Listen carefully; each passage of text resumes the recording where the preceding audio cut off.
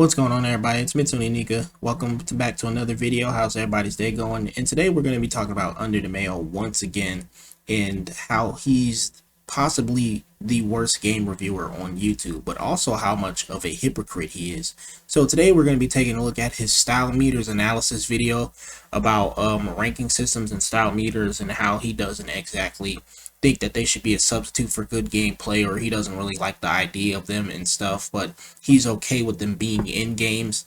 So if you guys are down for that, you're ready for that, let's get into this video and see just exactly what is wrong with this. The main focus of my channel is gameplay. I do care about the other stuff, but you'll notice that a lot of my videos will only briefly touch on things like visuals, music, story, and all the stuff that isn't directly tied to how the game feels to play. That's why I generally don't call my videos reviews. I'm not here to examine every aspect of the game equally. I'm not going to play a game on multiple consoles to check the performance. I'm here to talk about what I care about, what's most important to me. And when I play a new game, I want it to show me what it's all about. Those first hours of playing are all about feeling out what my options are, how systems work, what the game's asking me to do, what's important and what's not. And maybe it turns out to be something I don't personally enjoy, but I can respect when a game is well made even if it's not for me. You see, you can't exactly say that you would respect how a game is well made and that it's not exactly for you, but then go out of your way to try to change its systems and the developer's philosophy and vision for the game, like you tried to do with Ultra Kill and Devil May Cry 5. How you were saying Devil May Cry 5, you wish that the game had more platforming segments, when a bunch of fans, including myself, who love the Devil May Cry series, admit that it seems like Capcom cannot just make good platforming sections really at all. But in DMC5, the platforming sections are better, but they're still not exactly, the greatest and everything, and that they should probably just remove it entirely, if anything, and just focus on the combat and the story and the levels and stuff. And also with Ultra Kill, how you antagonize the whole community, and also you try to get the devs to make the infinite ammo in Ultra Kill be a limited resource, so that way you'd play more smarter and efficiently in Ultra Kill, and also have the ammo be tied to the style meter, and the better your style meter is, the more ammo you gain until eventually you get infinite ammo and everything for a limited amount of time. You see, you can't exactly make points like that you can respect how a game is well made and that it's not for you, but then just go out of your way to request that the devs and the fans make these kind of changes tailor-made for you. I like when a game asks me to learn how to play it, punishing me for ignoring its systems, rewarding me for playing well, and offering a deeper level of engagement once the learning period is passed. And those concepts of punishment and reward can be very different across different games, and balance varies greatly from game to game. Any game can be broken with enough knowledge and playtime. Some games are broken much sooner than others. But I think what's important is that the game at least make an effort to show you the benefits of engaging with its interesting systems, so that when you do get to the point where you're good enough to break the game, you love the systems so much that you choose not to ignore them in favor of playing in a dumb, broken way that exploits the game's faults. So let me get this straight, UnderTheMayo. When you played through Ultra Kill Act 1, you're telling me it's the game's fault that you sat there and you did lane play by just playing with the starter revolver, or, the piercer as it's really called? You telling me that it's the game's fault because apparently it didn't incentivize or push you enough to try other weapons and tactics throughout Act 1 of Ultra Kill, because to you it was just too easy. And, using the pistol was much more efficient and powerful any darn way. I'm sorry, man, but I'm just not seeing that right there. You realize the same logic can be applied to Doom Eternal and any other video game, right? But no, you want to accept that fact. When people point that out to you, you go, oh, well, that's not the point I was trying to make. Well, of course you could sit there and play through Doom Eternal with one darn weapon or anything, once you're more than skilled enough at the game. So if that's the case, wouldn't that mean that you're already skilled enough through Ultra Kill to just play through Act 1 with just the pistol, apparently? Because as far as we know, it seemed like you might be a pro at FPS games or like boomer shooters and stuff, right, man? Not only that, but you go off this logic right here that games need to challenge, they need to push and incentivize you into its different mechanics, so that way you can sit there and figure out and exploit them and have fun with the game, when that's not the case at all. There are many different type of games out there, and they don't need to challenge you or push you into its systems in order for you to have fun. Otherwise, games like Devil May Cry and Ultra Kill would not be so highly rated and have sold so much. I mean, Devil May Cry, with its player freedom and creative, choices and everything, and allowing you to just pull off multiple stylish combos and do various crazy things and all that. And then Ultra Kill, where it follows the same philosophy to an extent with Devil May Cry, but it also has positive reinforcement where it encourages you to try out different moves and mechanics and exploit tactics like this, but it doesn't constantly challenge or push you into them like Doom Eternal does. I mean, can you explain to me why Ultra Kill is so highly rated on Steam and has sold so much then, if games always need to constantly challenge or push you into its systems in order for you to have fun? If a game has done its job, your first playthrough will make you want to play the game better, not worse. The most important playthrough is the first one. Most people only play a game one time anyway, and even then a lot of them don't finish the game. The first playthrough bears a lot of responsibility for impressing the player, because really, the experience of playing a game once and not really liking it, and then replaying it to eventually discover that you do like it, is not very common compared to all the people that simply won't give it a second chance. The stronger your first playthrough is, the more likely it is that the player will become a fan of your game, recommend it to others, replay it, and possibly even learn to master it. So what does this have to do with style meters? Well, of all the ways to encourage players to experiment with your mechanics and play in a fun, interesting way, I think a style meter is by far the worst. I'm not against style meters and rankings and scoring systems, but they should not be a straight-up substitute for good gameplay. While I agree that your first playthrough of a game is your strongest, and that style meters and ranking systems should not be a straight-up substitute for good gameplay under the Mayo, I want to just tell everybody to pay attention to what he said right here, because if that's the case under the Mayo, why is it that you criticize God of War 2018's gameplay for not having a ranking system? I mean, you criticize it for much more issues, but you also criticize the fact that it doesn't have a style meter in the gameplay to incentivize you to play better or defensively or more offensively. I mean, just take a look at this clip right here from his terrible God of War 2018 review. And as you're fighting, you get XP at random. This is perhaps my greatest complaint about the game. There's no reason to play with any style, and no reason to keep your offense going, because there is no combo meter. No combo meter to reward you for playing well and playing flashy. The only objective in new God of War is to kill all the enemies as quickly and efficiently as possible. It makes the combat so dull and repetitive and limited, because the XP I'm earning is not dependent on how well I perform. I mean, because if that's the case under the Mayo, why is it that you were so upset that God of War 2018 didn't have a style meter in it to make you play more offensively or defensively and incentivize you to use different moves and tactics in battle? Which is false any darn way, but that's besides the darn point. Now, good gameplay is hard to define, especially when so many different types of games exist, and people like different things. But generally, engaging in a game's systems should be important for continuing forward in the game. Many things like level design, enemy intelligence, coordination, resource management, strategy planning, experimentation, accuracy, quick reactions, multitasking, communication, and all kinds of decision making contribute to the gameplay experience of many of the best games in all genres. In the worst case of style meter implementation, you would have a game where absolutely nothing matters except for the style meter. You'd have a game where you could mindlessly hit any button you want, and there would be little to no consequence for bad decision making, while engaging in the game's other options would give you a high score or ranking. In the best case of style meter implementation, you'd have a game where playing well was important to your success, and you'd come to love the interesting options due to how important they were to learn. And on top of that, there's a score or ranking system to give you bragging rights and unlock more features. You know what that game sounds like? It sounds like Devil May Cry and Bayonetta, except that it's not just for bragging rights and it doesn't just unlock more features. It's currency in the game that allows you to lock more moves, or in the case of Bayonetta, more moves and weapons and items as well.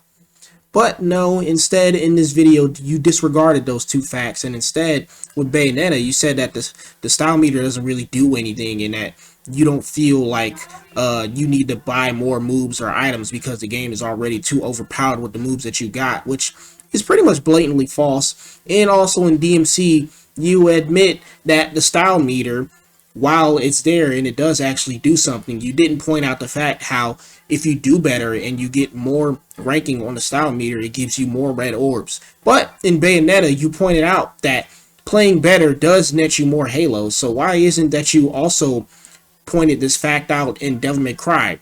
Which is funny because Devil May Cry is before Bayonetta and even before God of War, and started the whole style meter things, and playing better gets you more points or whatever type of stuff. Video games have existed for like half a century at this point, as have scoring systems. Some of you might be old enough to remember trying to get a high score on the old arcade cabinets at the pizza place. But even if you weren't playing with the goal of getting a high score, which I never was, you still had to play well, or else you'd have to keep popping in quarters. Playing to get a high score and playing casually required the same skills. So let's go way back and talk about a game that is as classic as they come, Pinball. Alright, so I want everybody to pay attention to this pinball section that he's coming up with right here. This whole pinball analogy in regards to style meters and points and everything is really freaking dumb. Yeah, pinball. What is pinball? Well, you launch a metal ball through a machine, watching it bounce off bumpers, jump ramps, and come flying back towards you, to be launched back into the machine by two flippers that you control with buttons on the side. If all the balls slip through the flippers, the game is over, and you put in another quarter. Pinball has a scoring system. It is technically a score-based game, and if you hit a bunch of point bonuses and land some cool tricks and skill shots, you'll activate a bunch of flashing lights and get point multipliers. This could be called a style meter in a way. Playing enough pinball will eventually get you a high score, and there are lots of people even today who are extremely talented pinball players that get incredibly high scores and do unimaginably impressive tricks on different machines. But you gotta put that stuff aside and think, what is it like the first time you play pinball? When you walk up to that big machine and put a quarter in, having never played a pinball machine before, what are you trying to do? Play the game, learn the mechanics, and aim for a high score. I mean, that's just me personally whenever, I go up to a game for a first time, especially a game like Pinball. Is the first thing on your mind the scoring system? Are you studying the machine looking for all the bonus sections and getting worried about maintaining a point multiplier? No, of course not. You're trying to figure out how to play the game. The ball is flying everywhere, it's hard to control the trajectory when you hit it. You're figuring out tactics like holding the ball on a single flipper and then launching it at the right angle. You're just trying not to lose so fast. You see, that's what you think, UnderTheMayo, but you'd be wrong. Why isn't that you can't see that some people who pick up a game like Pinball for the first time aren't trying to do both things at once, actually? Why isn't it that you don't think that someone who's picking up a game like Pinball isn't trying to aim for both, trying to learn the mechanics and aim for a high score and master the mechanics of the game so they can do better? Because when you lose, you gotta put in another quarter. That's your negative reinforcement. It's a tangible consequence. If you screw around and don't play right, you're punished by having to spend more money. You are technically trying to aim for points. Otherwise, you could just hold the ball on a flipper forever unless there's a timer. But when you're learning to play, that ball is gonna slip out of your control really fast. It's not gonna go where you want. It's gonna bounce all over the place, you're gonna panic, and you're gonna spend a lot of time just trying to get control and not lose the ball. You're gonna lose track of the whole scoring system pretty quick. The first experiences of pinball are simply about keeping the ball going and developing coordination. That's where you find the fun of the game. And once you've hit the point of having fun with the game's mechanics, after being pushed into learning them through consequences, you start caring more about the point system. You fall in love with how the game is played first, and then style and scores become important. Not every video game needs to push you into its mechanics through challenge in order to make you play the game better, like with Ultra Kill through its positive reinforcement. I mean, that's literally the issue that a bunch of people have with the Souls games and why it's such a niche market right there. because some people just are not into being pushed into certain ways into playing video games. Like with the Soul series, you have to play those games in a specific way, in a specific play style, in order to progress through those games. Otherwise, you're just not going to be into it. Which is funny because you're not even into the Soul series as well either. You don't seem to like the Souls games at all, and yet you want every single video game to push you through challenge and incentivize you to play better through challenge. When that's literally a bunch of the issues that people have with the Souls games, does exactly that. And Doom Eternal as well. Not every game needs to do that. There's games that push you through, well, not exactly push you, but they have positive reinforcement where instead of pushing you through challenge, they encourage you to play better by showing you various things, like with Ultra Kill. But you don't seem to understand that type of philosophy, and you think that every single game needs to be challenging and hard and push you through its challenging mechanics. If Pinball were a game that could be played by randomly mashing the flippers, just mindlessly hitting the ball around and there's very little chance that you'll lose your turn, it wouldn't be the fault of the players for playing in such a boring way. It would be the game's fault for not asking them to play better. The high-skill scoring system would still be there, but the game would never ask anything of a new player. And most of the players who are now experts in high scores wouldn't even exist today because they never would have fallen in love with the game in the first place due to never having been pushed into learning how it's really played. Games have been like this from the start. You play a game for the challenge and fun it provides through its design, and then the score becomes something you care about when you're good. We can apply this to modern video games and their style systems, examining how they introduce new players to their gameplay mechanics. And we're going to look at 6 games that do this to various degrees of success and failure. Bayonetta, God of War, Ultra Kill, Ninja Gaiden, Streets of Rage 4, and Devil May Cry 5. Alright, we're 3 out of those 6 games. You don't even understand the design philosophy, the mechanics, the purpose of the style meter, and that not every game needs to push you through challenge in order to incentivize or encourage you to play better. Yeah, let's go on and see this part right here, everybody, because it's a real doozy. I'll be talking about these games in terms of my experience with them, and I'm sure there will be lots of disagreement depending on how much importance you personally place on scoring systems in general. I place no importance on scoring systems if they have no tangible impact on gameplay, and like in the pinball example, I see scores as something to aspire to once the game has done its job in making you fall in love with the way it's designed to be played. A scoring system and/or style meter is not a substitute for engaging gameplay. You should be able to remove the entire scoring system and still have a game that encourages dynamic and skillful play through its natural sense of challenge and fun. When a player picks up Ninja Gaiden for the first time and plays on normal, or God forbid on hard, the end of level style ranking is the last thing on your mind because you're too busy trying not to die.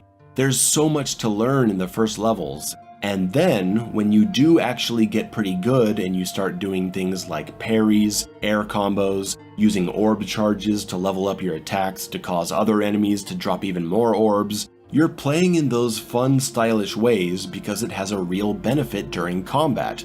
Then, at the end of the level, you get a Master Ninja ranking instead of a pathetic Ninja Dog ranking. And that's nice. It doesn't really mean anything. I mean, the game is literally giving you feedback on how well you did. I mean, come on now. That's what the ranking system is for. It's literally telling you how good you did for that level or for the entire game. And it encourages you to play better. And when you do play better and you see that ranking, it encourages you to keep playing that well or even more better. And your stylish, intelligent play has evolved out of your love for the game you're playing. Ninja Gaiden's ranking system is ultimately arbitrary as it adds nothing to the gameplay. Another game that does this sort of low-impact style ranking is Streets of Rage 4. You're engaging in the combo system, using defensive specials, pulling off flashy attack sequences, because you're trying to stay alive, and you're going for point bonuses that eventually give you extra lives that you desperately need to make it through the level as you're learning the game, provided you're playing on an appropriately challenging difficulty. Your points per level also add to an overall total that goes towards unlocking additional playable characters. Maintaining a long series of attacks gets the point multiplier to increase, which makes you want to keep your offense going. But if you get hit at any point, the multiplier disappears and you'll lose all the points you would have earned if you had simply allowed the multiplier to expire naturally. Defensive specials drain your temporary health, but long combo attacks recharge that health hit by hit. Grabs are very powerful and have invulnerability frames, and greatly contribute to the point multiplier while you're racking up damage. And in order for you to reach Master Ninja rank more easily in Ninja Gaiden 1, you use more techniques, or you can beat the level faster, or the less ninpo you use in Ninja Gaiden, the much easier it is for you to increase your rank, because you get karma points and stuff from all this, and that goes towards your ranking system at the end of the level, and it increases it. Like, the more ultimate techniques, the more obliteration techniques, and the less ninpo you use in each level, the much easier it is for you to get a Master Ninja ranking once you beat said level. I don't know why you didn't go this in-depth into Ninja Gaiden's ranking system and its combat and stuff, but you did for Streets of Rage 4 and its ranking system. This sounds like a personal bias to me right here. It seems like you're more biased for how Streets of Rage 4 works than Ninja Gaiden does. I mean, because you criticize Ninja Gaiden's ranking system as arbitrary and saying it doesn't mean anything at all. But they do not recharge health drained by defensive specials. Blitz attacks are very powerful and at times abusable, but have recovery frames that open you up to enemy attacks if used at the wrong time. There's a lot of reasons to engage in the systems of Streets of Rage 4, apart from the style ranking at the end of the level. And speaking as someone who doesn't care about rankings, I feel good about achieving an S rank.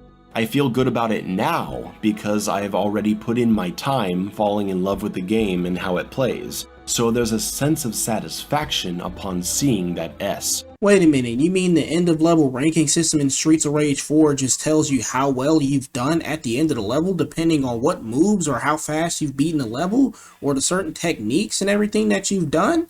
Just like in Ninja Gaiden, even though you didn't point those out and instead you just disregarded it as arbitrary without even going in depth about its systems, which you did for Streets of Rage 4.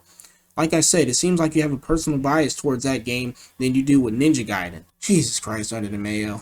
Streets of Rage 4's ranking system is a reflection of the points you gained, but you're not actually aiming for that. You're aiming for high individual level points to gain enough extra lives to survive to the end, and the style ranking at the end simply tells you how well you've done that. It's not a goal in and of itself.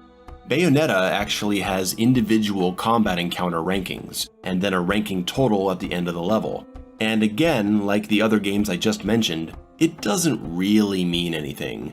It has some nice limitations on it, like decreasing the value of attacks that you overuse, penalizing you for using potions. Playing in smart, stylish ways yields you a bunch of halos that you can use to unlock new attacks and items to help you during combat. So there's a decent incentive to try to earn as many as you can. Wait a minute, so you go on to say that the ranking in style meter system in Bayonetta doesn't really mean anything, which is completely false anyway. I've played through Bayonetta 1 and 2 and it does actually mean something. But then again, you go on to make the claim right here that it actually does really mean something, because guess what? It decreases the amount of damage you do on certain attacks if you overuse them too much. It penalizes you for using healing items or potions. Well, it's not even called potions in Bayonetta. Okay, they're lollipops. And also, it nets you halos, which you use as a currency to buy more moves or items and variants of weapons. And you can also buy like accessories and everything, like the Moon of Mancala. Because unlike you, I've actually taken the time out to really play Bayonetta and get more in depth with its systems and everything and understand how its mechanics work, UnderTheMayo.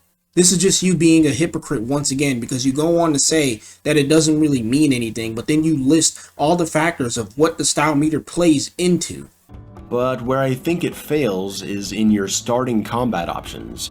Bayonetta gives you so many attack options right at the start that not only is it overwhelming to the point where I don't even want to add new attacks to the list as I'm trying to learn this game on a first playthrough, but I also feel like I don't need these extra attacks since the normal difficulty is so easy to mash through anyway. Fortunately, on the hard difficulty, there's more need to unlock additional moves. You saying how Bayonetta has too many moves and attack options at the start of the game is not some objective flaw with the darn game for you to point out, UnderTheMayo. I mean, sure, you can make the claim right here that Bayonetta does give you too many attack options at the start, but that's not some objective flaw like I said. Also, what's stopping you from learning the game's moves and mechanics that it gives you right at the start?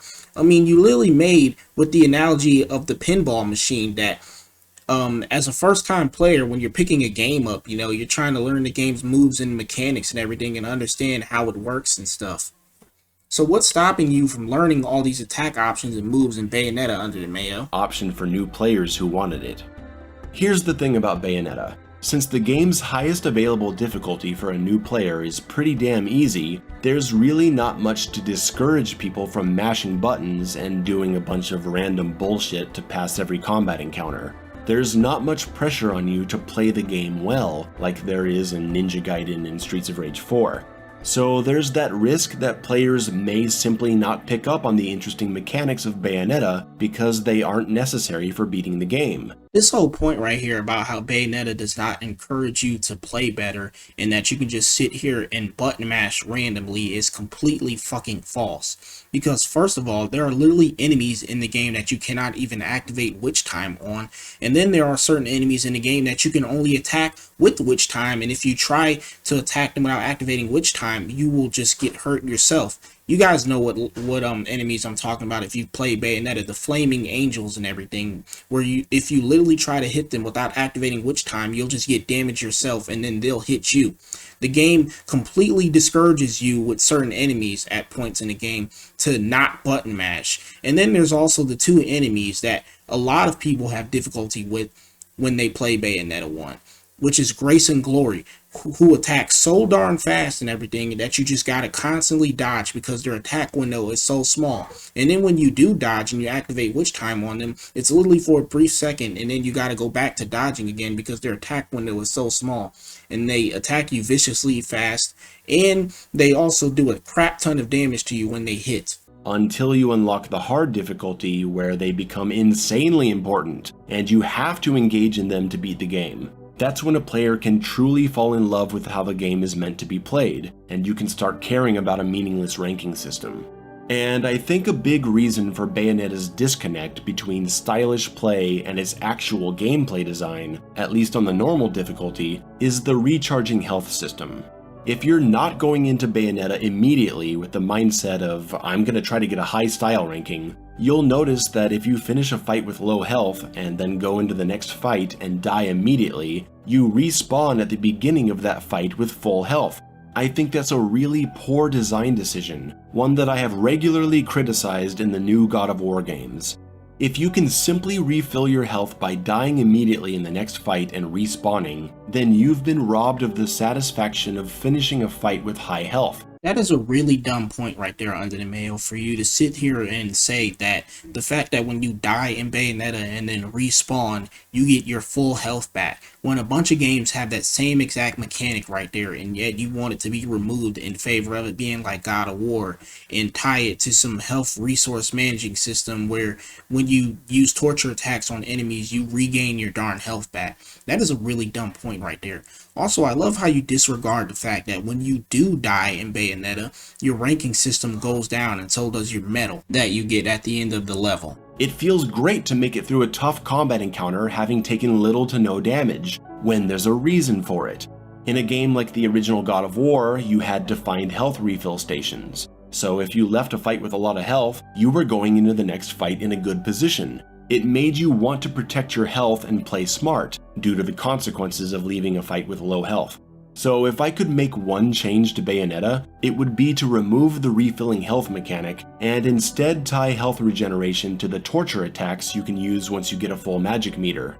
That's something I love about Bayonetta. If you get hit, you lose a lot of your magic meter. That drives you to want to be defensive in combat. Bayonetta already gives you plenty of ways for you to refill your health with the green lollipops, okay?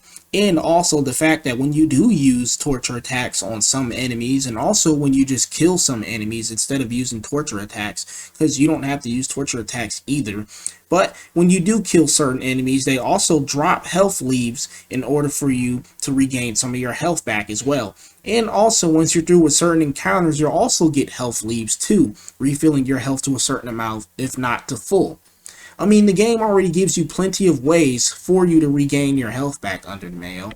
If anything, this would probably just make the game completely easy, for every time you use a torture attack, you would just gain health back, man. And if you can get enough magic to execute a torture attack, you'll do a lot of damage. And I think this should also refill a small amount of health. This would put pressure on you to play better, engage in more of the game's mechanics, and build up your magic meter for the big attacks more often. You'd be protecting your health bar more, and refilling the health bar more as a result. That way you'd feel good about leaving a fight with high health and taking that high health into the next fight. Working for your health, whether it be through combat or exploration, is much more satisfying than getting it back for free, with the only downside being that you negatively affect an arbitrary style ranking. Right, an arbitrary style ranking that rewards you and nets you with more halos in order for you to buy more moves and items and weapon variations and other accessories that help you play better in the game. But nah, it's arbitrary. I mentioned the classic God of War games, so let's get into those. I'll stick to the original game. God of War doesn't have a level-by-level ranking system, but it does have somewhat of a combo style system during combat. It doesn't go any further than some encouraging words popping up on the side of the screen. What you're looking at is the orbs, since orbs are used to level up your magic attacks and especially your blades, giving you access to higher damage and useful attacks that deal devastating damage or can be used for long combo extensions, thereby giving you even larger orb bonuses. Getting hit causes your combo to end, so there's an incentive to play defensively, but large multi-hit attacks rack up lots of hits for high orb bonuses, so that's an incentive to play risky and offensively.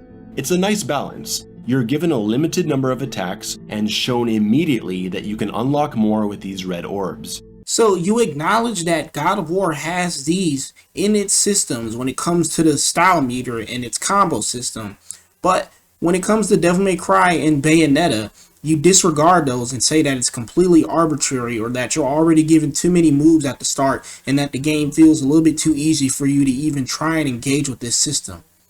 Once again, man, this is sounding like bias right here. Except this time, it's a bias towards the old God of War games. 20 seconds into the game, you're piecing this stuff together. Okay, limited move set, long combos give me orbs, orbs unlock more moves, don't get hit or your combo breaks, got it.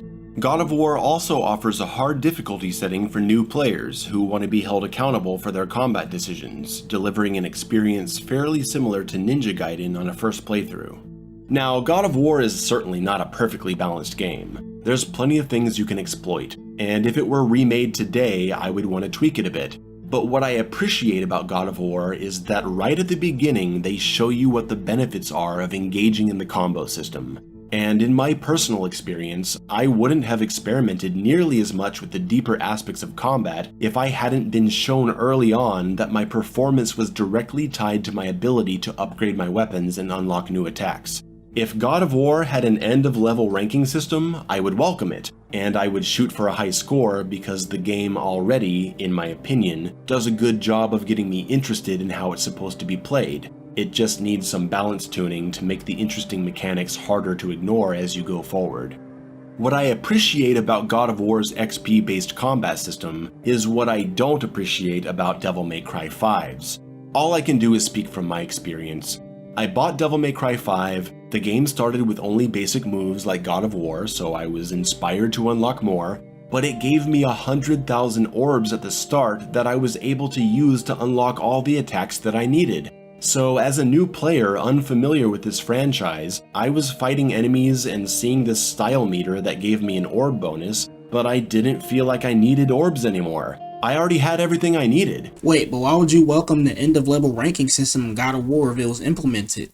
I mean, after all, you keep saying that it's arbitrary and that a system like that is not really integral to gameplay or anything, and it doesn't really do much. So why would you welcome something that's arbitrary and probably shouldn't be there in the first place if you think it doesn't do anything? Also, I'm just going to go out my way and say that there is no way you got 100,000 orbs at the beginning of Devil May Cry 5 in its base game, okay? You had to either go buy the 100,000 orbs pack for $2, or you got the deluxe edition, number one. Number two, 100,000 orbs is absolutely nothing, man. That is not enough for you to sit here and purchase all the moves you need in DMC5, especially not for one character, which is what you showed right here anyway. There's two other characters, Nero and V. 100,000 orbs is nothing. You do not have enough orbs right here to buy all the moves and movesets that you need to progress through the game under the Mayo. Like, Jesus Christ, man, stop with the darn lying and hypocrisy. My lord. And the highest available difficulty is normal, which is laughably easy in most cases. So right from the outset, DMC5 sabotaged its introduction when it was supposed to be showing me the importance of stylish play methods. I did eventually unlock a hard difficulty and I started to feel more pressure to play in stylish and creative ways, but it was out of a need for survival, not because of a style ranking that, at that point, meant very little in terms of gameplay, except for the free sin trigger attack for Dante. On top of all that, it feels very easy to get a high style meter just by doing random stuff and spamming moves. I love how you say that it's so easy for you to obtain a high style ranking in DMC5 by just doing random bullshit, and yet in your gameplay right here, when you use the same attack, the ranking goes down. Unlike Bayonetta, where the hard difficulty starts with a fresh save option, DMC5 starts you with all the unlocks from the normal playthrough, so you don't need to worry about engaging with the style system to unlock necessary abilities. You already have them. Fortunately, when you get to higher difficulties, the game opens up and there are real benefits to playing in more interesting ways. Actually, no, on a new save file for Bayonetta, that stuff does not carry over, but the reason it carries over in Devil May Cry is because once you try the game on a harder difficulty, the enemies get a major buff, and they also get some new attacks as well, if I'm not mistaken. They do much more damage, and you'd be pretty much soft-locked if you started with a new save file without all your current moves and health and all that. And it has nothing to do with getting a high ranking. I made it far enough to eventually see the depth of DMC5, but I couldn't blame someone for playing the game once and dropping it, feeling like it's a mindless button masher, because that's how it insists on presenting itself, even if ultimately it ends up being something far from it. Which brings me to Ultra Kill. DMC5 is the furthest thing from a button mashing hack and slash, and the same thing with Bayonetta. I mean, in DMC5, man, the style meter, once you increase it, you get more orbs, and also getting more orbs is also tied to what type of enemy you kill and everything. And then you use those red orbs, just like in Bayonetta with the halos, to purchase more moves. I mean, this is so darn ridiculous. But anyway, he's going to get into his points with Ultra Kill and why he dislikes the style meter in that game the most. But I'm not going to cover the Ultra Kill part. If you guys want to hear someone cover about how bad his darn analysis on Ultra Kill and its style meter and its gameplay and everything was, then go watch Brother Nier's video, because that was a really good point right there about how bad UnderTheMayo's take on Ultra Kill was. So we're just going to skip that Ultra Kill part and get right to near the end of this video, where he advertises his crappy Style Meters board game where he mocks those who likes it. A game that proudly promotes itself as being inspired by Devil May Cry. And I'm sorry, but I think this is a really poorly implemented style ranking system. I don't think Ultra Kill is a bad game. I think it's a decent, cool game that has some fun stuff if you really go looking for it. But this isn't about the games overall. This is about the connection between the ranking systems and their gameplay. First of all, like DMC5, and honestly like God of War, it has the same exact problem of your starting attack option being way too powerful. An infinite ammo pistol that charges into a multi-hitting railgun shot, and combined with your insane triple dash mobility options and super easy health refill, it ends up trivializing all the encounters in the early levels, and even later levels. So if you're not playing this game with the express goal of getting a high ranking for fast completion time and weapon style, the default pistol is the solution to every problem, so who cares about these other weapons? You might say, well, getting a high rank, there's no reason for new players to engage in your style meter. Yeah, I know the wash machine's roll over the cat. Hey, Abel, what are you doing right now, man? I'm talking with my dad. Well, not anymore. Crom, take his phone. Yeah, no. Yo, what the f- Alright, so me and Crom have designed this awesome brand new game. Check it out, man. Yeah, you wanna try it? Yeah, sure. Okay, so Crom, explain the rules. Alright, so you start here. Got it? Okay. Do you understand? Yes, I understand. Alright, so you start here. Here. Yeah, so you start here, and you're gonna take your character all the way to the end.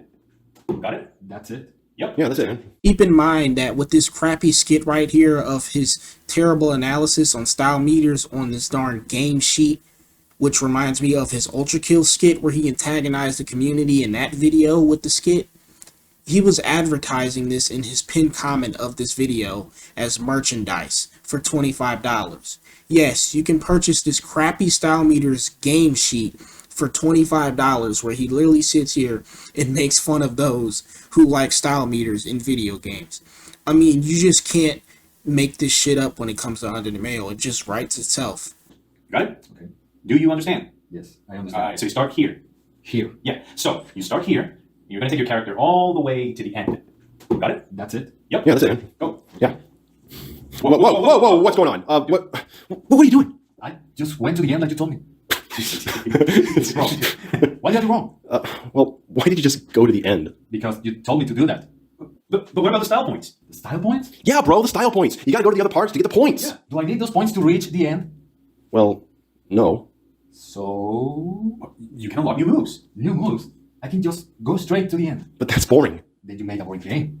Oh, look, you can't just take a direct path to the end, okay? You gotta make the game fun. Isn't that Georgia? Well, look, dude, if you get a high point score, then you can show all your friends. I don't have any friends. Look, man, just play it again, and this time try to get the style points, okay? Okay. Oh, okay, he's got a 2x multiplier. Yeah. All right, he's keeping it going. That's sick nice. carry, bro. Nice. Okay, yeah. Oh, yeah. Dude, 4x multiplier? Ooh. That is sweet. Oh, man. It's a good combo he's got going, really. Oh, look at all those style Oh, points dude, you made. savage Oh, combo. Look at all those points. That's so cool. Yeah, come on, let's go. All right, he's near the end. He's almost there. Go. Yes! Yes! Woo! Awesome! All right. Man, yes, woo!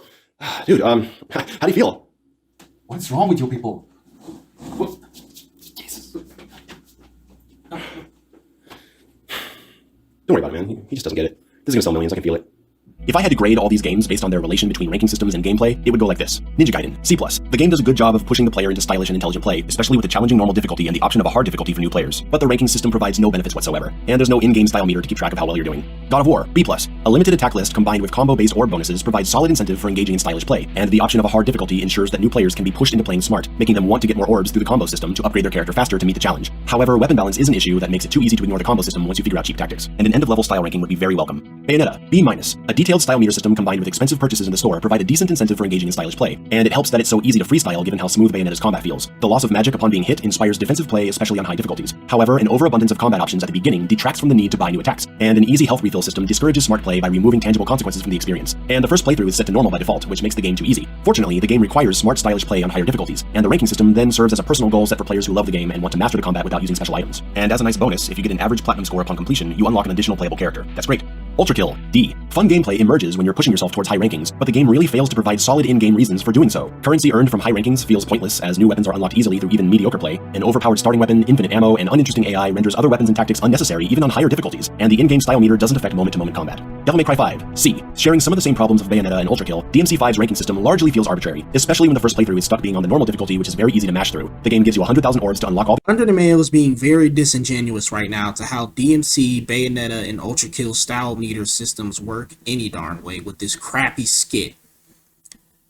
Oh my lord. Not only that, but I love how you say that you don't have an issue with style meters in video games, yet you also sit here and make this crappy skit and advertise your stupid board game merchandise where you literally mock style meters and people who enjoy them. You know what?